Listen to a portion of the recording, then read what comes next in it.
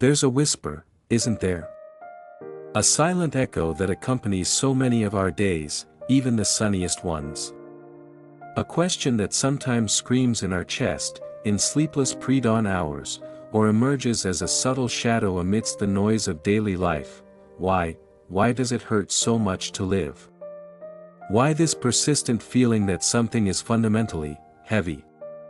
As if we carried an invisible burden, an unpayable debt to existence itself. If you've ever felt this, if this question has ever assailed your soul, know that you are not alone. And know too that there was a philosopher who dared to look this pain squarely in the face, without flinching, without false hopes. A thinker who delved into the darkest depths of the human condition to bring us an answer, a somber answer, yes, but perhaps, just perhaps, a liberating one. His name is Arthur Schopenhauer. And today, together, we will try to understand the raw truth he bequeathed to us about the burden of existence. Prepare yourself, for this is not a journey for the faint of heart, but for those who yearn to understand, even if understanding hurts. Before we enter the labyrinth of Schopenhauerian thought, we must abandon, at least for now, many of our preconceptions about happiness, about the purpose of life, about what we have been taught to expect from it. Schopenhauer does not offer us pills of easy optimism or recipes for perpetual contentment. On the contrary, he invites us to face a reality that many prefer to ignore, that suffering is not a detour, a flaw in the system, but the very rule of the game. The very incessant melody that cradles the dance of life. Imagine a force. A blind, irrational force, a primordial yearning that pulses in every atom of the universe, in every plant that insists on breaking through the asphalt, in every animal that fights for survival, and, of course, in each one of us. Schopenhauer called this force the will. Will, in German. Not the conscious will that says, I want a coffee, or I want to read a book. No. This will is something much deeper, more fundamental. It is the will to be, the will to live. An incessant, insatiable impulse that has no other purpose than to continue to want, to affirm itself, to exist. And it is here, in this blind and all-powerful will, that the root of all our suffering lies. Think about your desires. From the most trivial, like the hunger that arises a few hours after a meal, to the most complex, like the longing for love, for recognition, for a greater meaning. All of them, according to Schopenhauer, are manifestations of this will that inhabits and moves us. And what's the problem with desire? The problem is that it is, by nature, a lack. A state of want. To desire is to recognize that we lack something, and this lack is, in itself, a form of suffering, of restlessness. When the desire is not satisfied, we suffer frustration, deprivation. But what about when it is satisfied? Therein lies one of the great and cruel ironies of existence, according to our philosopher. The satisfaction of a desire, what we call pleasure or happiness, is, in Schopenhauer's view, purely negative. Not in the sense of being bad, but in the sense of being merely the cessation of pain, the relief of tension. Like scratching an itch. The pleasure is in the end of the itch, not in something positive added. And what happens right after this relief? Either a new desire arises, relentless, occupying the vacuum left by the previous one, restarting the cycle of lack and pursuit, or, if no new desire immediately presents itself, we fall into an equally painful state, boredom. The horrible emptiness of nothing to want, the feeling of stagnation, that life has lost its engine. Thus, for Schopenhauer, human life oscillates, like a pendulum, back and forth, between pain and boredom. The pain of unsatisfied desire and the boredom of fleeting satisfaction. An infernal cycle from which there seems to be no escape. Think about how many times you ardently pursued something, a job, a relationship, an object, believing that, upon achieving it, full and lasting happiness would finally be yours. And how many times, after the initial euphoria of conquest, a feeling of "Is that all there is?" set in, quickly followed by a new yearning, a new goal, a new horizon to be pursued? This is the mechanism of the will in action, relentless and indifferent to our search for contentment. It does not want us to be happy, it only wants us to continue wanting, to continue serving its blind purpose of perpetuation. Schopenhauer goes so far as to say that all satisfaction, or what is commonly called happiness, is in truth and essence always only negative, and never positive. Happiness, in this sense, is not a state to be achieved, but an illusion that keeps us running on the treadmill of the will. A carrot dangled in front of us, always just a little beyond our real and lasting reach. And this perception, however desolate it may seem at first glance, is crucial for us to understand why living hurts so much. It hurts because we are programmed for an incessant wanting that can never be fully and permanently satiated.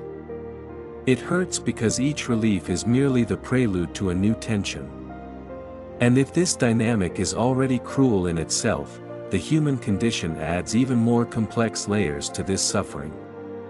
Schopenhauer, in his masterpiece, The World as Will and Representation, distinguishes the phenomenal world, the one we perceive with our senses and organize with our intellect, as representation. It is our map of reality, constructed from our cognitive abilities.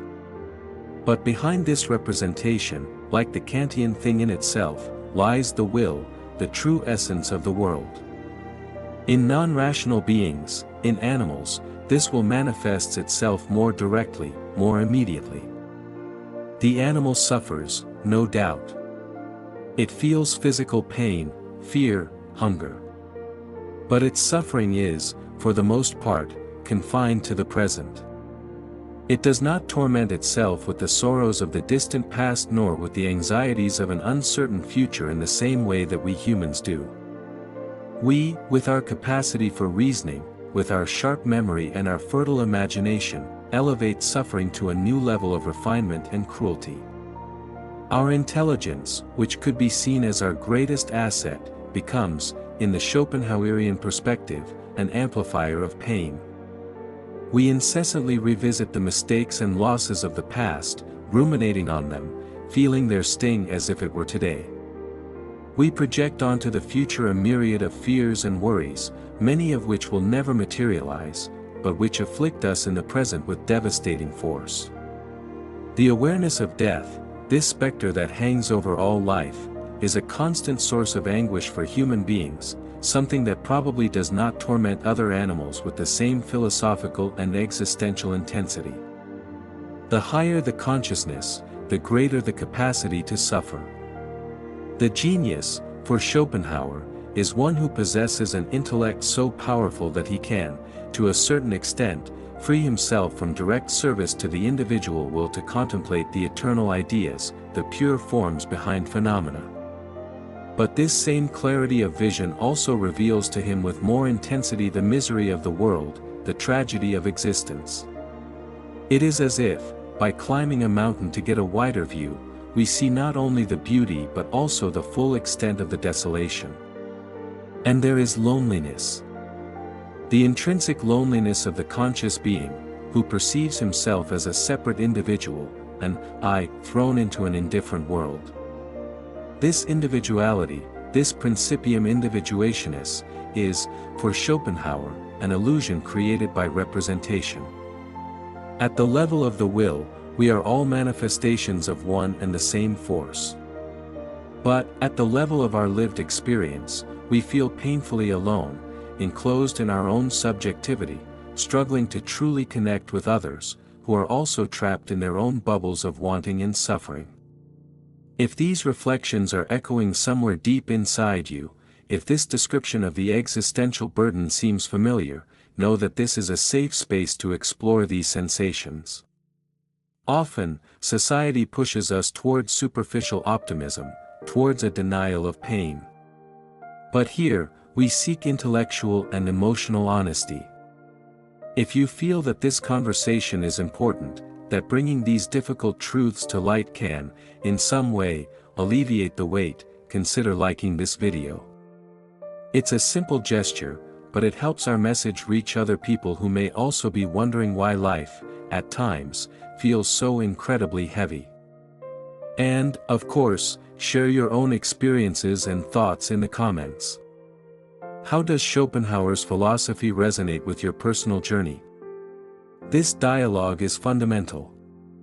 Continuing our investigation into the sources of suffering, Schopenhauer does not limit himself to the desire-pain-boredom cycle. He dissects with surgical precision the various manifestations of human misery. Boredom, mentioned earlier, is not just a passing annoyance.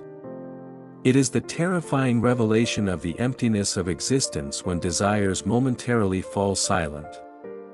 It is proof that life, stripped of the agitation of wanting, can seem unbearably empty, without intrinsic meaning. Many of our pastimes, our distractions, our frantic searches for novelty, are, deep down, attempts to escape this specter of boredom, this quiet suffering. And love? Ah, romantic love, celebrated in prose and verse as the pinnacle of human experience. Schopenhauer strips it bare with a cold, calculating gaze.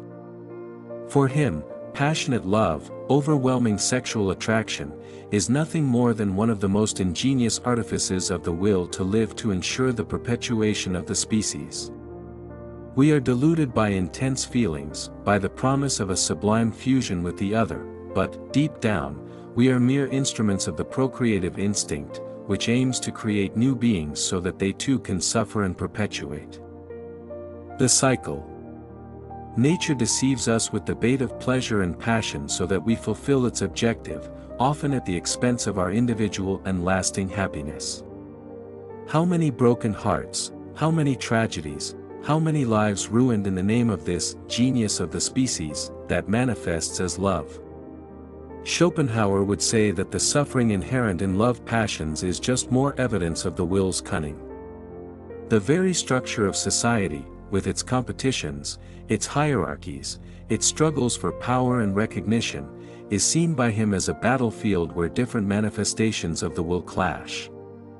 Envy, that corrosive feeling that arises when we see the apparent well-being of others, is a testament to our own dissatisfaction. Malice, the pleasure in causing pain to another, is one of the darkest manifestations of the will brutally asserting itself over another. Schopenhauer does not hesitate to paint a desolate picture of human nature, where egoism is the rule, and compassion, the rare and precious exception. Man is, at bottom, a wild, terrifying animal. We know him only in the state of taming and civilization. That is why we are alarmed by his occasional outbreaks of nature.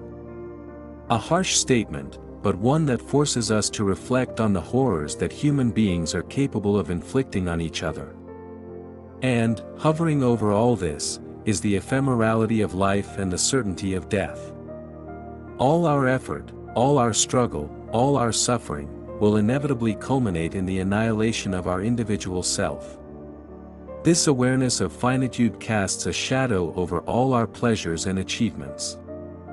What is all this for, if the end is nothingness? Schopenhauer faces this question head-on. Life, he says, is like a loan we receive at birth, and death is the moment when this debt is collected in full. He even states, quite pessimistically, that life is a business that does not cover its costs. The final balance, in terms of happiness versus suffering, would almost always be negative. It is as if we were trapped on a ship that, although it may have moments of calm and even beauty in its crossing, is inevitably doomed to shipwreck. And the awareness of this destiny, even if we try to suppress it, contributes to the existential burden we carry. But, you may be wondering, if everything is so bleak, if life is this endless cycle of pain and boredom, governed by a blind will, what is the point of continuing? What is the use of such an relentlessly pessimistic philosophy? Are we doomed to nihilistic despair? It is here that Schopenhauer's philosophy, paradoxically, can begin to offer not easy solace, but a kind of clarity, an acceptance that, in itself, can be transformative. Continue with me on this exploration, as there are important nuances we need to unravel. It is not just about contemplating the abyss, but about understanding what this contemplation can teach us about how to navigate it. The first thing Schopenhauer's vision offers us is validation. A validation of that pain we mentioned at the beginning, that weight we often feel and cannot name or justify to a world that demands optimism and performance. By saying that suffering is inherent to life, Schopenhauer frees us from the guilt of not being happy all the time. He tells us, yes, it hurts. And it's supposed to hurt. There's nothing wrong with you for feeling this. This simple admission, this permission to feel the totality of human experience, including its darkest facets, can be incredibly relieving. We stop fighting against an inevitable tide and begin to learn to float in it, or perhaps, to swim with more awareness of its strength. Furthermore, by identifying the will as the root of suffering, Schopenhauer gives us a target, so to speak. Not a target to attack with anger, for the will is impersonal and fundamental, but an object for our understanding. Understanding the mechanism of desire, frustration, and boredom allows us to observe our own internal processes with a certain detachment. We can begin to recognize when we are being mere playthings of the will, when we are pursuing illusions that will only bring us more pain in the long run. This self-awareness is the first step towards any kind of management of suffering. And does Schopenhauer offer any route of escape or, at least, of more lasting relief from this burden? Yes, he points to some paths, although none of them are easy or guarantee happiness in the conventional sense. One of these temporary refuges is art. For Schopenhauer, the aesthetic experience, especially the contemplation of beauty in art, music, painting, poetry, sculpture, offers us precious moments of respite from the tyranny of the will. When we are immersed in the appreciation of a work of art, our intellect is freed from service to our individual desires. We stop asking, what does this mean for me, how can I use this, and we begin to contemplate the Platonic ideas, the pure and eternal forms that are the model of the individual objects of the world. In this state of disinterested contemplation, the will in us quiets down. We are pure subjects of knowledge, no longer slaves of wanting. Music, in particular, occupies a special place in Schopenhauer's philosophy. He saw it as a direct copy of the will itself, expressing all its nuances, its joys and sorrows, its struggles and its peace, in a way that no other art can. These moments of aesthetic ecstasy are like windows to a reality beyond the suffering of the individual self, but they are, unfortunately, fleeting. The will soon returns with its demands. A deeper and more ethical path arises from the understanding of the fundamental unity of all beings.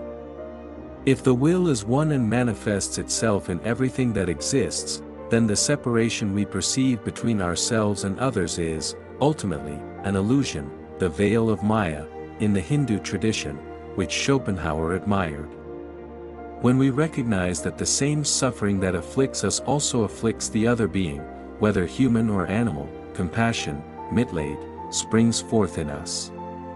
Compassion, for Schopenhauer, is the basis of all genuine morality.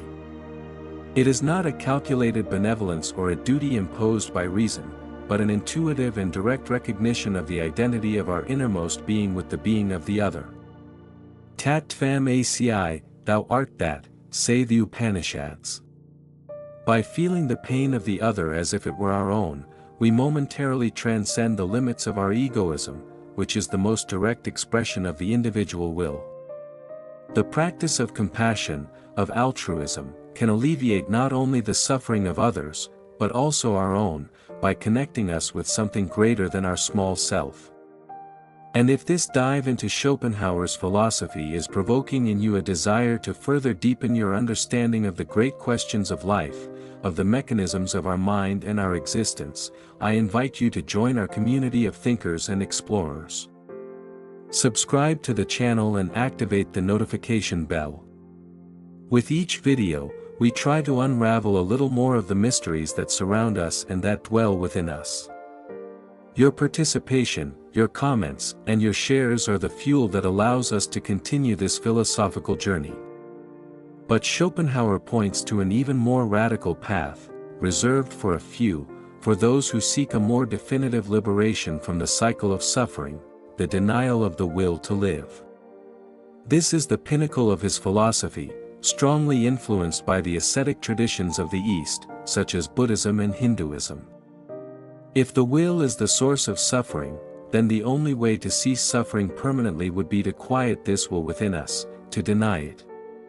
This does not mean suicide, which Schopenhauer saw as a paradoxical affirmation of the will. The person wants to live, but not under the intolerable conditions imposed upon them. The denial of the will is a gradual process of detachment from worldly desires, of renunciation of pleasures, of the practice of chastity, voluntary poverty, fasting, and the search for inner stillness. It is the path of the saint, the ascetic, who, through a profound knowledge of the illusory nature of the world and the misery inherent in the will, consciously chooses no longer to participate in its game.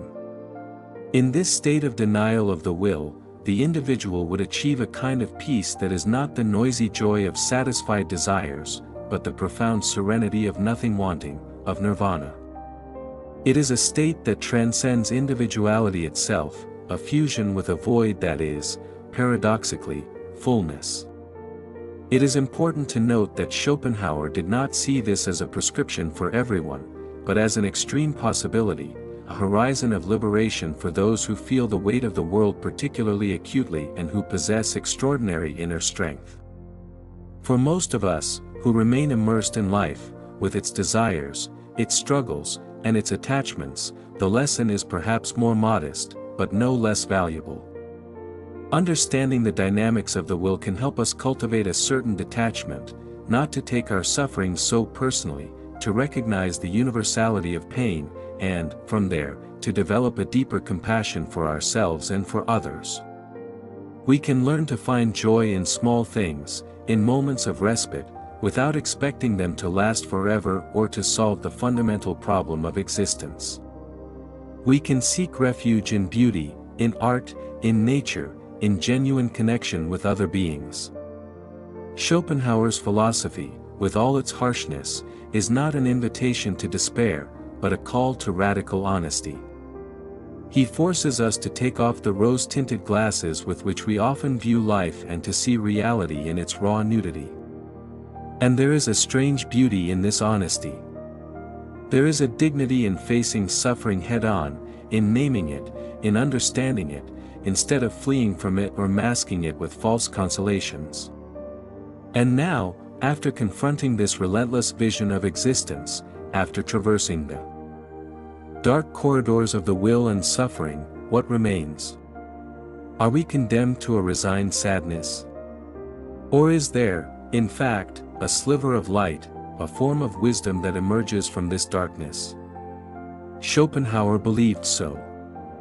Wisdom lies not in denying suffering, but in accepting it as an intrinsic part of the fabric of life and, from this acceptance, finding ways to minimize its impact, to cultivate inner serenity, and, above all, to practice compassion. Perhaps the greatest consolation Schopenhauer offers us is not the promise of happiness, but liberation from the tyranny of the incessant pursuit of happiness. By understanding that life is not fundamentally about being happy, but about experiencing, wanting, and, yes, suffering, we can modulate our expectations. We can stop blaming ourselves for not achieving an ideal of perpetual contentment that is, in itself, an illusion. We can find a peculiar peace in the acceptance of impermanence, of the dissatisfaction inherent in desire, and of the fact that everyone, without exception, carries their own burdens. The pain of living, then, is not your mistake, nor a personal failing. It is the song of the will itself echoing through you, through me, through all beings. And by recognizing this universal melody, however melancholic it may be, perhaps we can feel a deeper connection with the totality of existence, a solidarity in suffering that transcends the isolation of ourself. Schopenhauer's philosophy is a mirror he holds up to humanity, a mirror that reflects not only our noblest aspirations but also our deepest shadows, our most ingrained fears, and the painful truth of our condition. Looking into this mirror requires courage. But, as with many difficult truths, once confronted, they lose some of their power to haunt us in the darkness. They invite us to live with more awareness, with more compassion, and perhaps, with a serenity that can only spring from the radical acceptance of what is. And so, the initial question, why does it hurt so much to live? Finds in Schopenhauer a complex and multifaceted answer. It hurts because of the insatiable nature of the will that animates us. It hurts because of our acute consciousness, which amplifies this pain. It hurts because of the ephemerality of everything we love and the certainty of our own finitude. But, paradoxically, understanding why it hurts can be the beginning of a different way of living. A life not free from pain, but perhaps less oppressed by ignorance of its causes, and more open to the fragile beauty of moments of respite and the profound connection that compassion can offer us. At the end of this journey through the thought of one of history's most challenging and, at the same time, most honest philosophers, I invite you to stay with one last reflection. If suffering is the fabric of life, how will you choose to weave your own pattern upon it? What colors of compassion, of art, of the pursuit of knowledge will you use to give meaning to your particular thread in this universal tapestry of existence? The answer, my friend, lies in the contemplative silence that follows the confrontation with the most difficult truths. And perhaps, in that silence, we will find not only the echo of pain, but also the whisper of our own, unshakable human dignity.